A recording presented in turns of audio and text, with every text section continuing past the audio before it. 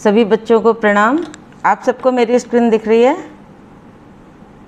जी दीदी, visible. Okay, so let's start.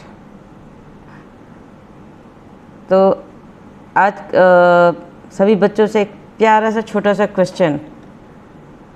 एक बार हम लोग गायत्री मंत्र बोलते हैं, उसके बाद स्टार्ट करते हैं सेशन। ओके, चलिए गायत्री मंत्र बोलते हैं, जैसे हमारे परम पूज्य गुरुदेव का आवाहन हो जाए और उनकी सूक्ष्म उपस्थिति यहाँ मौजूद हो जाए।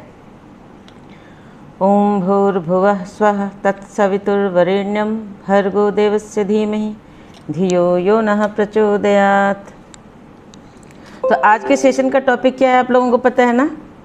Enhance your mental capabilities. तो सबसे पहले समझते हैं कि ये बताओ कि भगवान ने हमें सबसे खूबसूरत इम्पोर्टेंट चीज़ क्या दी है जिससे हम पशुओं से ज़्यादा शक्तिशाली हैं? बताओ, कौन बताएगा? दिमाग। दिमाग। Good, very good, clapping. Ma'am, इससे हम बहुत सारी चीजें करते हैं। बिल्कुल सही, बिल्कुल सही। अच्छा, तो सब इस पर अब चर्चा करने से पहले एक कहानी सुनते हैं, ठीक है? ओके। एक राजा था। राजा के 3 बेटे थे। तीनों एक ही गुरुजी से पढ़े तो सेम इंटेलिजेंट हुए, राइट? उनको सारे हथियार चलाने भी आते थे एक जैसे। सारी बुक्स उन्होंने पढ़ रखी थी, उन्होंने सारी राजकाज सीख रखे थे।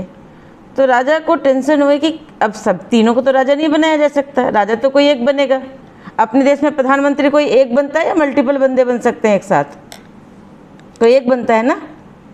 इसी तरह राजा भी कोई एक बनेगा। तो राजा ने कहा मेरे बाद कौन राजा बनेगा ये कैसे मैं डिसाइड करूं? उसने सभा बुलाई, सारे इंटेलिजेंट बंदों को बुलाया। बोला कि आप लोग मुझे सलाह दीजिए कि मैं ऐसा क्या एग्ज़ाम लूं अपने इन तीनों राजकुमार को कि ये तीनों उस एग्ज़ाम के रिज़ल्ट जो भी आएगा, आउटकम आएगा, उसके बेस पे हम ये डिसाइड कर सकें कि ये हमारे बाद यही राजा बनेगा। सबने अपने अपने आइडियाज़ दिए, लेकिन एक उस गांव में एक किसान था जो बहुत इंटेलिजेंट भी था। उसने कहा महाराजा, क्योंकि राजकाज जो है वो किसी निर्जीव वस्तु पे तो होगा नहीं, ना ही किसी पशु पक्षी पर होगा। राजकाज तो समस्त जन समुदाय पे होगा, जिसमें सभी प्रकार के लोग होंगे, सभी प्रकार की अपॉर्चुनिटीज़ होगी। 24 घंटे तो युद्ध भी नहीं होते, तो हर तरह से सक्षम बंदा होना चाहिए। तो बोले ठीक है, आप ही हमें सलाह दीजिए। बोले महाराज, मैं आपको सलाह आपके कान में दूंगा जिससे कि आप उसको इम्प्लीमेंट कर सकें। उसने राजा के कान में सलाह बताई। राजा ने कहा ओके। तीनों राजकुमार को दरबार में बुलाया गया। तीनों राजकुमार आ गए और तीनों को राजा ने एक किसान की आइडिया के हिसाब से एक बड़ा तीनों को एक एक बोरा गेहूं दिया। गेहूं जानते हो ना, जिससे रोटियां बनती हैं, गेहूं की आटे की रोटी बनती है। तो गेहूं दिया। गेहूं बहुत अच्छी क्वालिटी का था। राजा ने तीनों राजकुमार को गेहूं देते हुए बोला कि मैं जा रहा हूं तीर्थ यात्रा में। हो सकता है मैं 1 साल में लौटूं, हो सकता है मैं 2 साल में लौटूं, या हो सकता है मैं 3 साल में लौटूं, ठीक है? तो मैं जब लौट कर आऊँगा तो मुझे मेरा गेहूं जैसा मैं तुम्हें दे रहा हूँ वैसा ही मुझे चाहिए। तीनों राजकुमार ने कहा ठीक है, बिल्कुल आपको मिल जाएगा। राजा चला गया।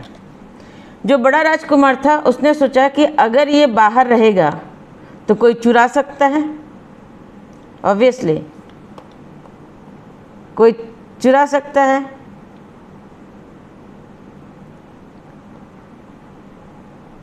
कोई चुरा सकता है। तो राजा ने कहा, बड़े राजकुमार ने सोचा कि अगर कोई चुरा लेगा तो अच्छा नहीं होगा, इससे अच्छा मैं इसको एक तिजोरी में रख देता हूँ। उसने बड़े बड़े ताले मंगवाए और तिजोरी में वो गेहूँ बंद करके रख दिया। दूसरा राजकुमार ने सोचा कि तिजोरी में रहेगा तो पिताजी ने जितना दिया है उतना ही वापस मिलेगा, और ख़राब भी हो सकता है। मैं काम करता हूँ, सारी दुनिया की रक्षा कौन करता है? भगवान। तो मैं भगवान से कहता हूँ कि वो मेरे गेहूँ की भी रक्षा करें, और मैं इन गेहूँ को खेतों में डलवा दूँगा और भगवान जी से बोल दूँगा, प्रार्थना कर दूँगा कि भगवान जी आप मेरी गेहूँ की रक्षा करना, और भगवान जी रक्षा कर देंगे। जब पिताजी आएंगे तीर्थ यात्रा से तो मैं उन्हें लौटा दूँगा। न उसने बीच वाले राजकुमार ने न ये चेक किया कि ज़मीन कैसी है, उपजाऊ है या नहीं है, उसमें कंकड़ पत्थर हैं या नहीं हैं, घास वगैरह है या नहीं है। बिना किसी टेस्टिंग के, बिना पूरी जानकारी के ऐसे ही गेहूँ खेतों में डलवा दिए। अब वो खेत भी नहीं थे, बंजर खेत थे। होना क्या था? कुछ सड़ गए, कुछ को चिड़िया पक्षी खाकर चले गए।